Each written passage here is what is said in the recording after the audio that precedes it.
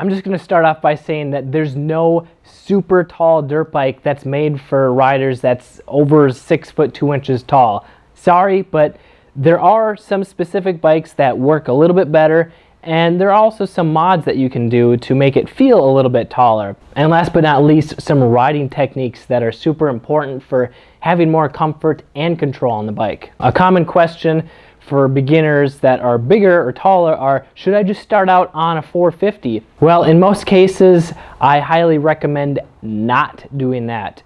Why? Well, even though you might need a little bit more power to get going because you're a heavier rider, starting out on a 450 or a 300 enduro bike is not good because it just has more power than you really ever need. For example, if you just look at the top professional motocross racers that are on 450s, even they are detuning their engines so that they're smoother, easier to ride in most cases. So if you're an average Joe like me, and especially if you're a beginner, you really don't need that much power. Unless you're just a macho man that needs to prove everyone that you can handle 60 plus horsepower. So if you're a beginner, what are the best dirt bikes that are tall? Well, unfortunately, there aren't really any great beginner bikes that are super tall, because all the tall bikes are high performance enduro or motocross bikes, which aren't beginner friendly because they have stiffer suspension, snappy power, and they're just harder to control and they require a little bit more maintenance. However, there are 3 choices that I like to recommend, and that one is the KLX 300R.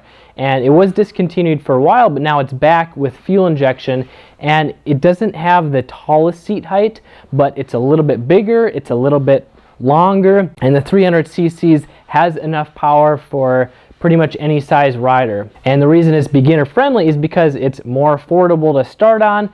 It requires less maintenance, so you can ride more and work on it less, and the engine has enough power, but it's still smooth, tractable, it's super easy to ride and control. And the suspension is also nice and soft, so that when you're riding at low speeds, when you're just starting out, it'll soak up the bumps and you won't get fatigued from having stiff suspension that's bouncing everywhere. And then if you don't mind buying an older discontinued bike, there's the Honda XR 400, and unfortunately it's kickstart only, but it's a bigger bike that has good power. Back in its day, if it had electric start, it probably would have been one of the best overall off-road bikes because it has good power, it's relatively lightweight for its size, and it's super reliable. And then the Suzuki DRZ 250, which is harder to find used, but it's a solid bike because it has electric start, it has a relatively tall seat height, and the long wheelbase makes it a little bit more stable. You can also add the Yamaha TTR 250,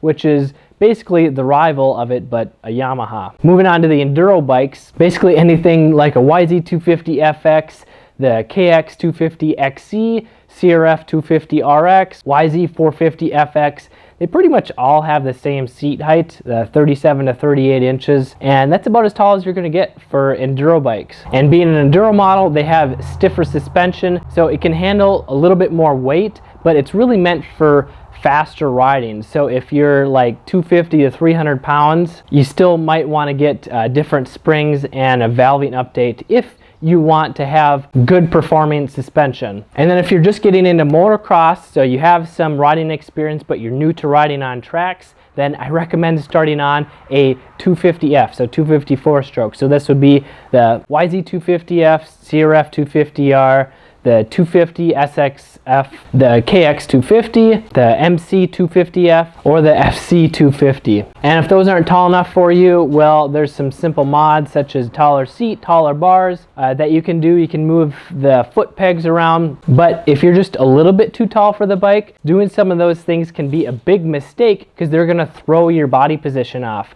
And one common mistake that tall riders have is not standing in the proper position. It can put more stress into your arms and hands and cause you to get really fatigued quickly. And if you want to learn if you're standing in the proper position, then you need to check out this video here. I'm Kelly Fager from Motocross Hideout. Learn more, ride more, so that you can stay safe and have fun for many years to come.